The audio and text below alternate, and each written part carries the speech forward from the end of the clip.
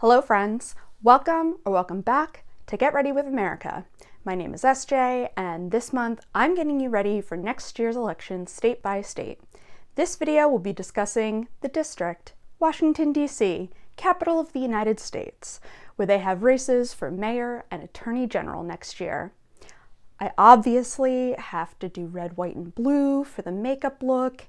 This time I'm going grungy, which should not come as a shock if you've watched videos in this series so far.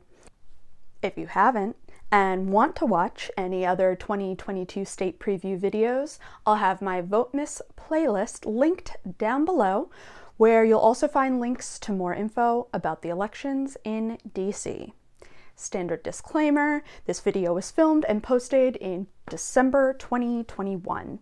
I hope the vast majority of the information I'm sharing will still be relevant whenever you're watching this up to the state's primary date, but we've all seen weird and sudden things happen in campaigns in the last couple years, so something in this video could be outdated at this point.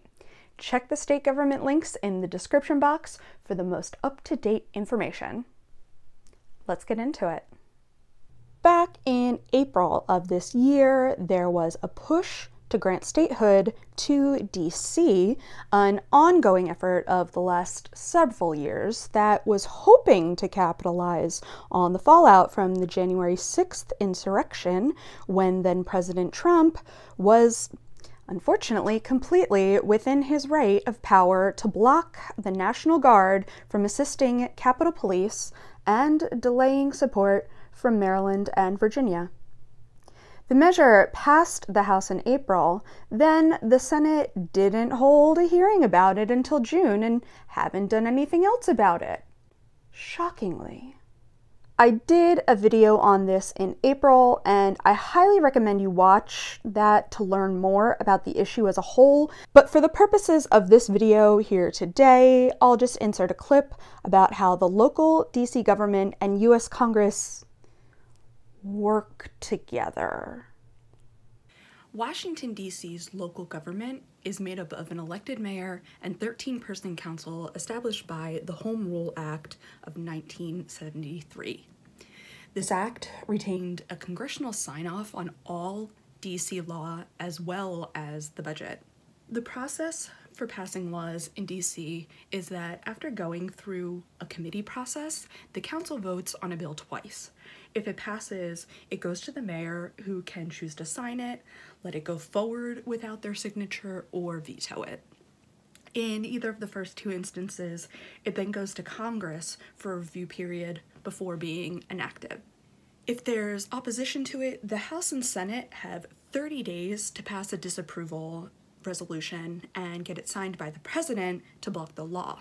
If there isn't opposition, the legislation just becomes law after 30 days, except for the budget, which needs explicit approval from Congress before being implemented. Kinda wild, right? DC has a non-voting delegate to the House who can serve on committees, speak on the floor, and sponsor bills. But they can't vote on legislation's final passage. So the one person the city actually elects to represent them doesn't get a final say in anything affecting them. That non-voting delegate to the House is Eleanor Holmes Norton, who has served in the role for the past 30 years and has been fighting for statehood the entire time.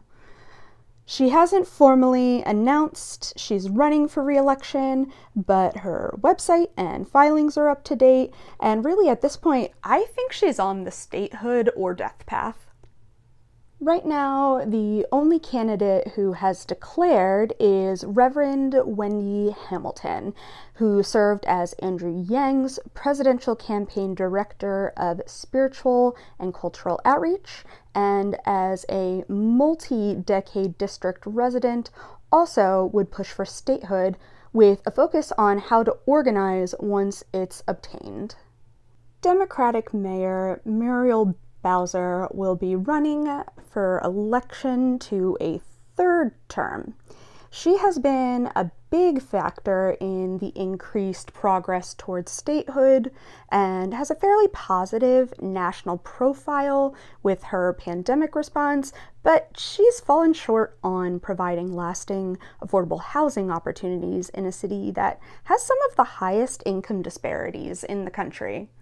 So far, 2 sitting council members have announced their intention to run, and her most prominent challenge is likely to come from Robert White, a second-term at-large councilman and former aide to Attorney General Karl Racine.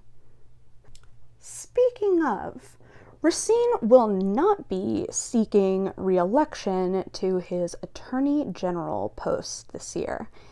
He was thought to maybe run for the House seat or for mayor if he didn't run for re-election, but he announced a couple months ago that he's just not running. He's the first DC AG elected to the role, previously a mayor-appointed role, and he's been a major foil to Mayor Bowser during their concurrent terms. So far, 2 people have announced they're running for the Democratic nomination, and time will tell if anyone else will come forward with Racine out of the race.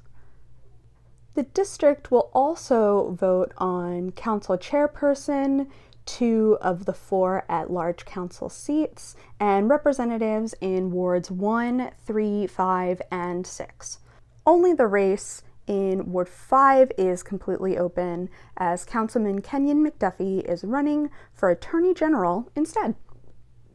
And finally of note, a laid-off server turned organizer has filed paperwork for a ballot initiative that would raise the minimum wage for tipped workers from $5 to the $15 that other minimum wage employees have.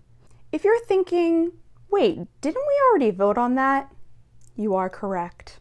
In 2019, Initiative 77 passed with 55% of the vote before it was repealed by the council. I think I'm most interested to see if this actually gets on the ballot, since 2 of the council members who opposed it are no longer on council.